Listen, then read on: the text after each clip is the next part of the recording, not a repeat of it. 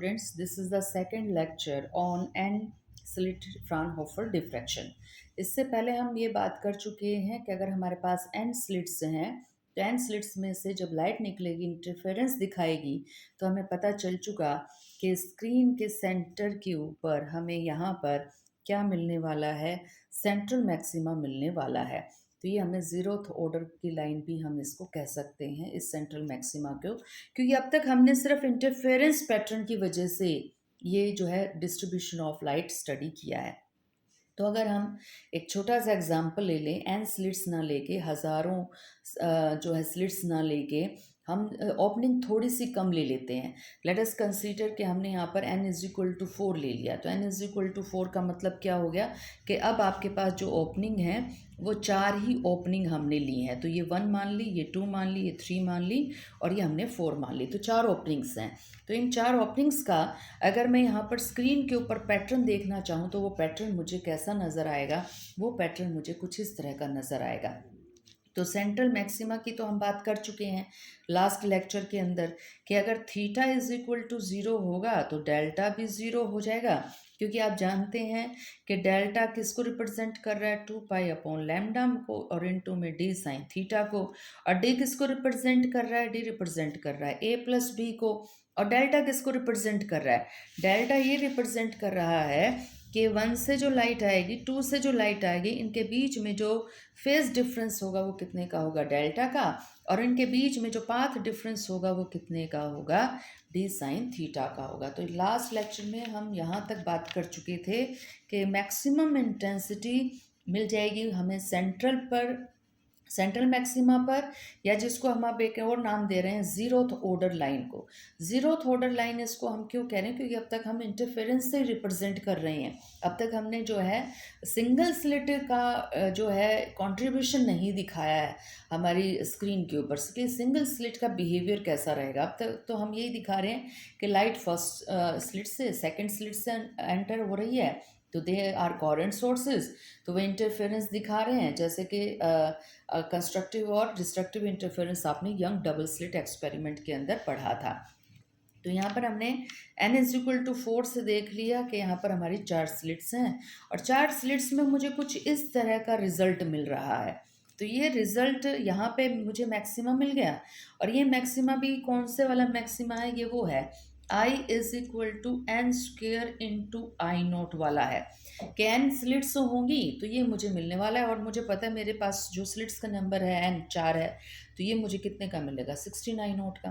तो अगला मैक्सिमा भी मुझे 69 नोट का, सारे के सारे मुझे 69 नोट के मिलने वाले हैं। तो इसका कहने का मतलब ये है, या इसको हम इस तरह से समझा सकते हैं, अगर ये मेरे पास स्क्रीन है तो मुझे यहाँ पर ब्राइटनेस अगर नज़र आ रही है तो मुझे थोड़ी देर के बाद फिर ब्राइटनेस नज़र आने वाली है, थोड़ी देर के बाद फिर ब्राइटनेस नज़र आने वाली है, और इन सारी लाइनों की ऊपर नीचे दोनों जगह ब्राइटनेस नज़र आने वाली है, क्योंकि ये जो हमने ज़ीरो दिखाया है इस ज़ीरो के लेफ़्ट साइड में भी मुझे बिल्कुल सेम पैटर्न मिलने वाला है। तो यहाँ पर अगर मैं इसको ज़ीरो कंसिडर कर रही हूँ, that is zero order line, तो ये मेरी फर्स्ट ऑर्डर लाइन है, ये सेकेंड ऑर्डर लाइन है। सिमिलरली यहाँ पर भी मुझे first order line, second order line नज़र आने वाली है। अब ये जो शेप है, ये मुझे लाइन नज़र आएंगी या मुझे यहाँ पर ये डॉट्स नज़र आएंगी? It depends.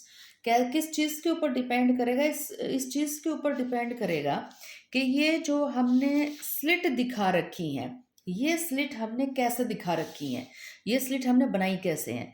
मान लीजिए कि ये मेरे पास एक कार्डबोर्ड है, इस कार्डबोर्ड में मैंने पतली पतली ब्लेड से बहुत सारी लाइनें बना दी, तो ये स्लिट की तरह बिहेव करेंगे, तो मुझे ये वाला पैटर्न, लाइनों वाला पैटर्न मिलेगा स्क्रीन के ऊपर।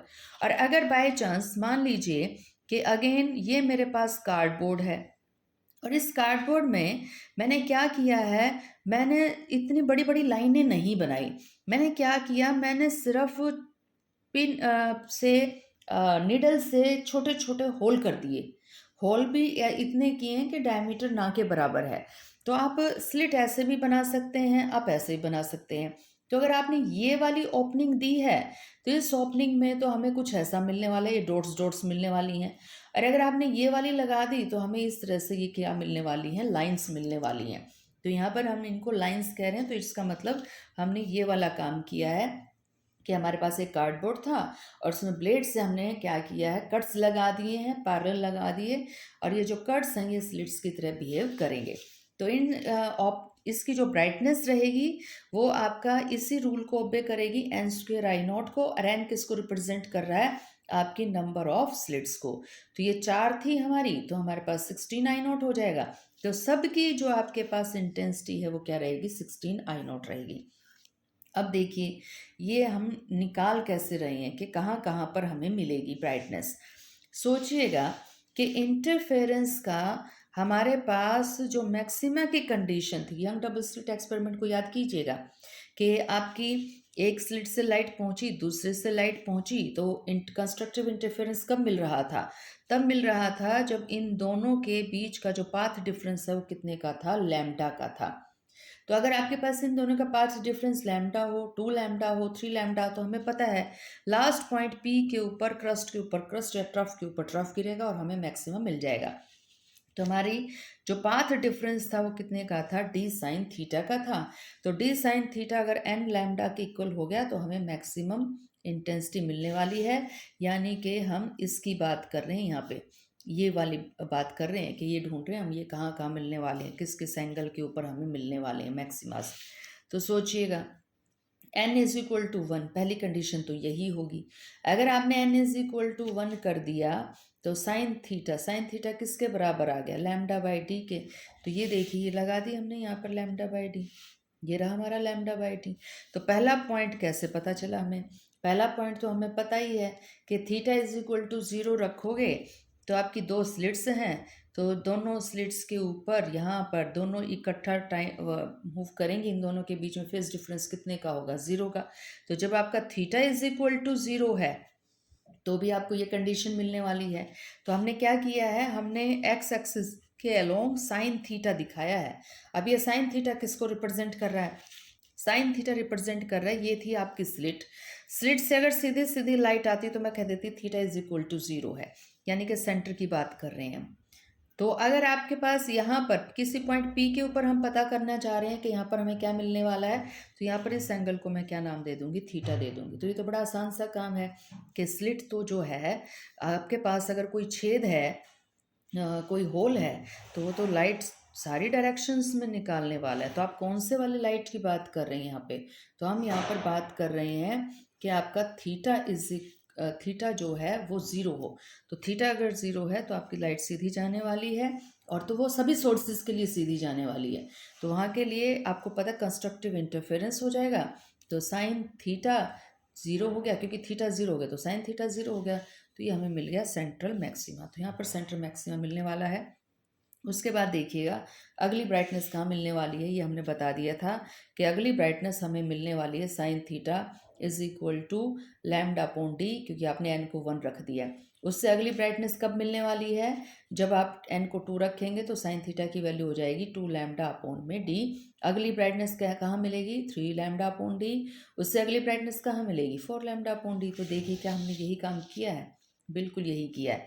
हमारी लैम्डा अपॉन डी पर पहली ब्राइटनेस सेंटर के बाद पहली ब्राइटनेस मिल गई, उसके बाद 2 लैम्डा अपॉन डी पर फिर ब्राइटनेस मिल गई। आपको पता है नेक्स्ट ब्राइटनेस आपको कितने पर मिलने वाली है, 3 लैम्डा अपॉन डी के ऊपर। अगली ब्राइटनेस कहाँ मिलने वाली है, 4 लैम्डा अपॉन डी के ऊपर। तो बड़ा आसान सा काम है, सिर्फ मैक्सिमा की कंडीशन ही तो पुट करनी है इंटरफेरेंस में, तो ये हो जाएगा हमारा। उसके बाद देखिएगा अगर आपको साइन थीटा की वैल्यू पता है तो there is a relation in between delta and theta. क्या रिलेशन है, यही तो रिलेशन है। तो अगर आपको साइन थीटा की वैल्यू पता है then you can easily find out the value of delta. तो आपको डेल्टा की वैल्यू भी पता चल जाएगी। कैसे पता चल जाएगी, रख दीजिए यहाँ पर साइन थीटा की वैल्यू। साइन थीटा की वैल्यू फर्स्ट केस में जब हमने रखा तो कितनी आ रही है, ये आ रही है, that is lambda upon D. तो रखिए यहाँ पर लैम्डा और अपॉन में डी, लैम्डा से लैम्डा कैंसिल, डी से डी कैंसिल, डेल्टा की वैल्यू कितनी आ जाएगी, 2 पाई। उसके बाद साइन थीटा की जगह क्या पुट करेंगे आप, साइन थीटा की जगह पुट करेंगे 2 लैम्डा अपॉन डी। तो रखिए यहाँ पर 2 लैम्डा अपॉन डी, लैम्डा से लैम्डा कैंसिल, डी से डी कैंसिल, 2 पाई इंटू 2 कितना हो जाएगा, 4 पाई। तो अब ये देखिए यही वैल्यूज तो आएंगी। जब आपका sine theta lambda upon D था तो डेल्टा 1 आ गया 2 पाई, जब sine theta 2 lambda upon D है तो डेल्टा 2 कितना आ गया, 4 पाई आ गया।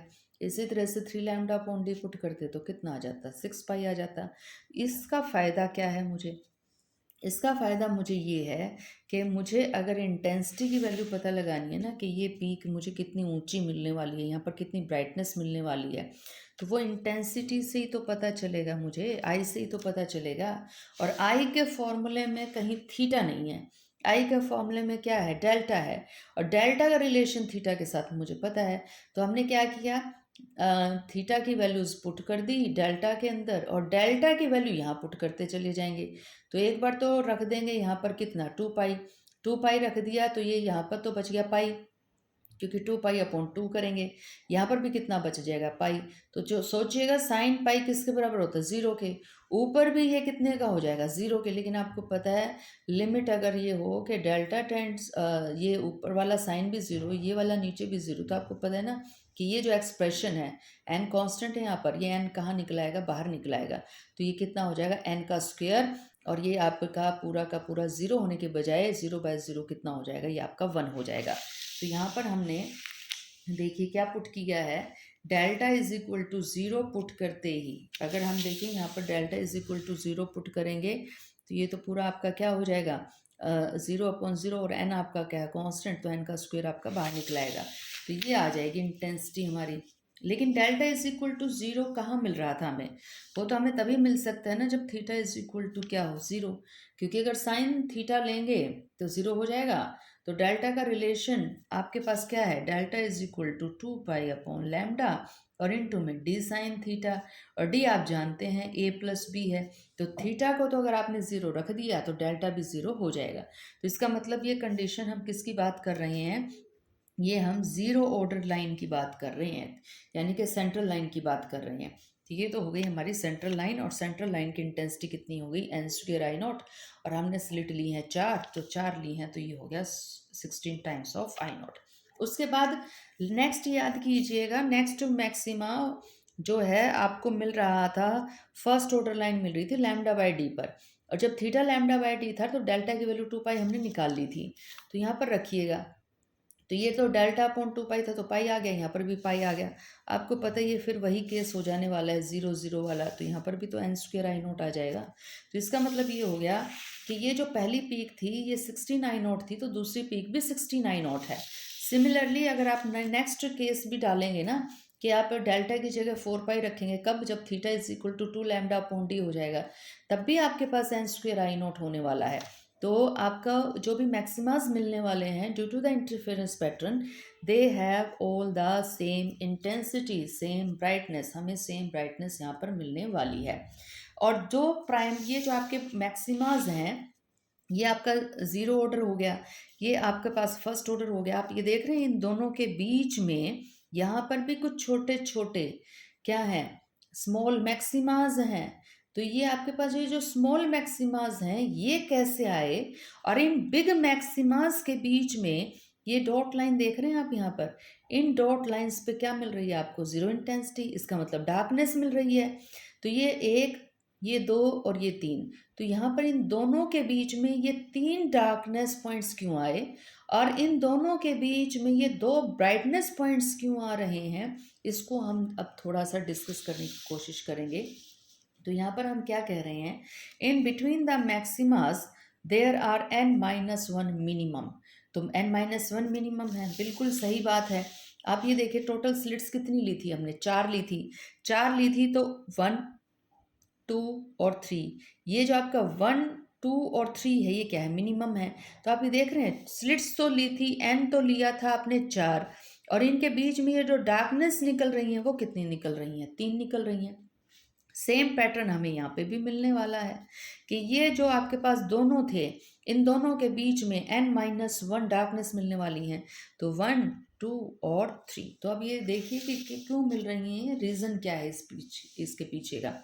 तो अब यहाँ पर अगर हम पोजीशन पता करना चाहें इन मिनिमम की, तो यहाँ पर देखिए कैसे पता लगाएंगे कि ये पोजीशन क्या होगी।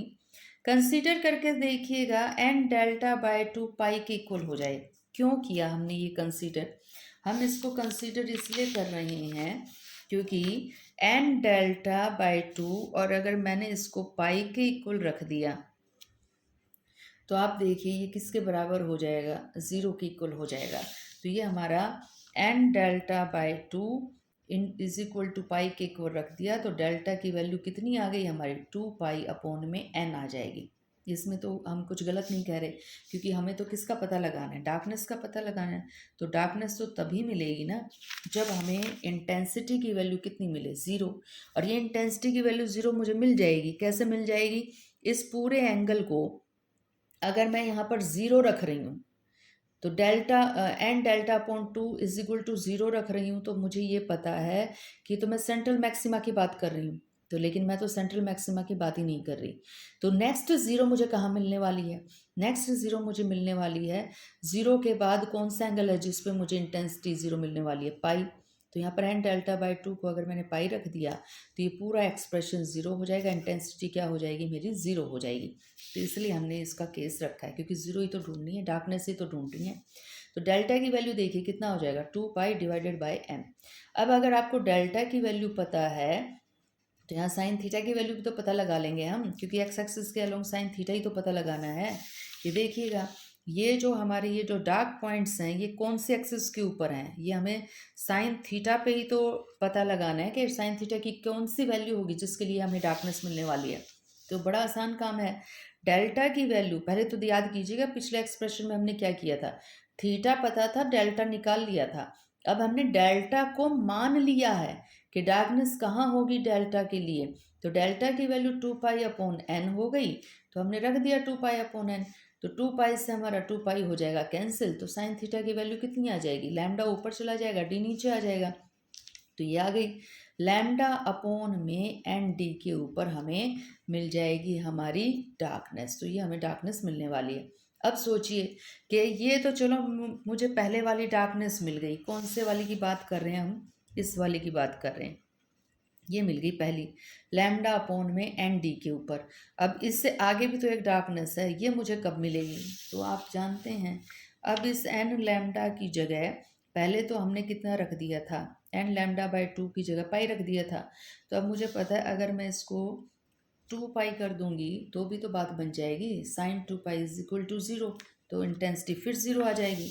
तो आप यहाँ पर इसकी जगह पाई की जगह 2 पाई रखिए, 2 पाई अगर आप रखेंगे तो ये हो जाएगा 4 पाई एन। ये 4 पाई एन हो गया तो कितना हो जाएगा आपके पास, पाई से पाई कैंसिल, ये आपका कैंसिल आउट हो आके साइन थीटा की वैल्यू कितनी निकलाएगी, 2 लैम्डा अपॉन में एन डी। तो ये मुझे दूसरी वाला पॉइंट मिल गया। ये दूसरे वाला पॉइंट ये है हमारा, ये दूसरे वाला पॉइंट कहाँ मिल गया मुझे, 2 लैम्डा अपॉन में एन डी के ऊपर। फिर मुझे तीसरा पॉइंट निकालना है, तो सोचिएगा पहला पॉइंट मिला था पाई के ऊपर, दूसरा मिला है 2 पाई के ऊपर, तीसरा किसके ऊपर मिलेगा, 3 पाई के ऊपर। तो जब 3 पाई के ऊपर मिलेगा तो साइन थीटा की वैल्यू मेरी निकलाएगी 3 लैम्डा अपॉन में एन डी। तो ये मुझे मिल गया तीसरा पॉइंट, 3 लैम्डा अपॉन में एन डी।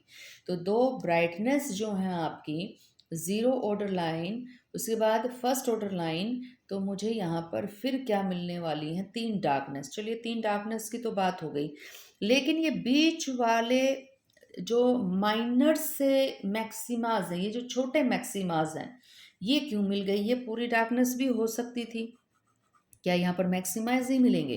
तो ये सोचिएगा, ये ए वाला जो पॉइंट है, क्या ये लैम्डा अपॉन एन डी और 2 लैम्डा अपॉन एन डी के बीच में है, बिल्कुल सही है।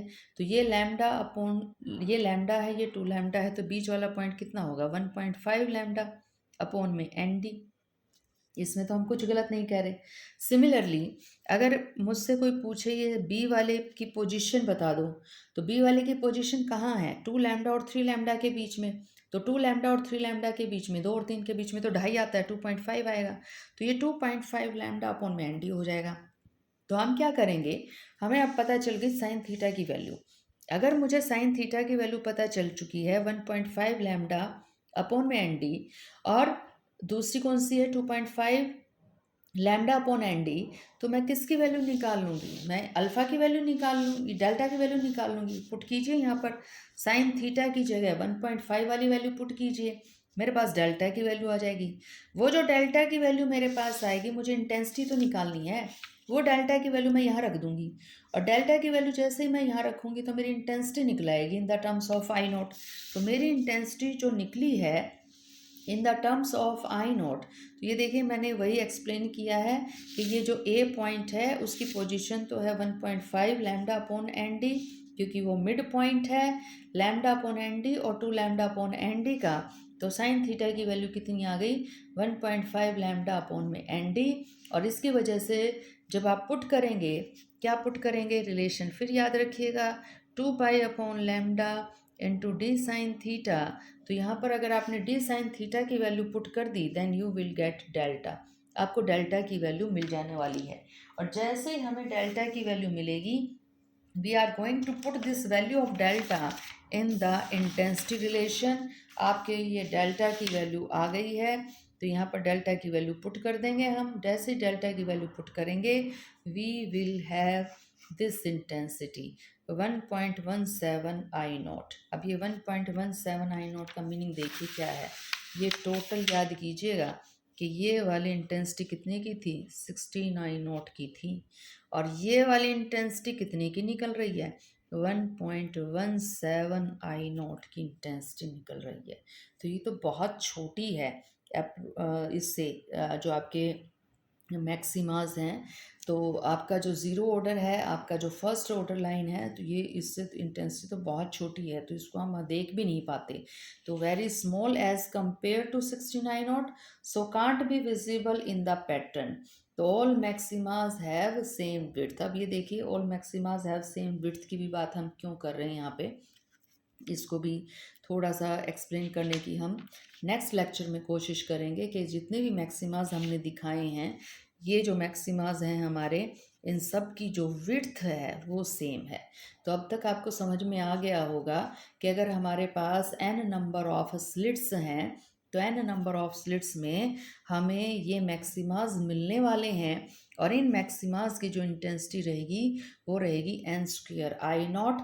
और इन मैक्सिमाज के बीच में, दो मैक्सिमाज के बीच में हमें कुछ डार्क पॉइंट्स मिलने वाले हैं, और इन डार्क पॉइंट्स का नंबर कितना रहेगा n-1। और इन n-1 डार्क पॉइंट्स के बीच में फिर हमें स्मॉल मैक्सिमाज मिलने वाले हैं, and these small maximas are not visible on the screen, क्योंकि इनकी इंटेंसिटी बहुत ही छोटी है। तो अगर आपसे पूछा जाए कि स्क्रीन पे क्या दिखेगा आपको, तो स्क्रीन के ऊपर तो आपको, अगर आपने स्लिट्स दी हैं ना कि आपने पॉइंट्स दिए हैं या पिन होल्स दिए हैं, तो आपको ये वाली चीज़ नज़र आने वाली है। इन सब की जो आपको लाइंस नज़र आ रही हैं, इन सब की जो ब्राइटनेस होगी वो कैसी होगी, सेम होगी। तो नेक्स्ट टॉपिक जो हमारा रहेगा उसमें हम देखेंगे कि जो हमारी विड्थ है, ये जो हमें विड्थ मिल रही है, तो आप ये देखिए ये जो लाइंस मिलेंगी ना आपको, इन लाइंस को ही मैं ऐसे इन ये जो पीक्स मिल रही हैं, इन पीक्स को मैं ऐसे लाइन से रिप्रेजेंट कर रही हूँ। तो इसकी विड्थ जो है, यानी कि इन लाइनों की जो विड्थ है वो हम नेक्स्ट टॉपिक के अंदर देखेंगे। इन लाइनों की विड्थ क्या है, किन किन चीज़ों के ऊपर डिपेंड करती है, और क्या चीज़ें चेंज होने से इन लाइनों, ये लाइन जो है नैरो हो जाती हैं, और क्या चीज़ चेंज करने से ये लाइंस जो हैं आपकी वाइड हो जाएंगी। तो नेक्स्ट टॉपिक में आप जो है इन टॉपिक को हम एंड स्लिट्स फ्राउनहोफर डिफ्रैक्शन को कंटिन्यू करेंगे।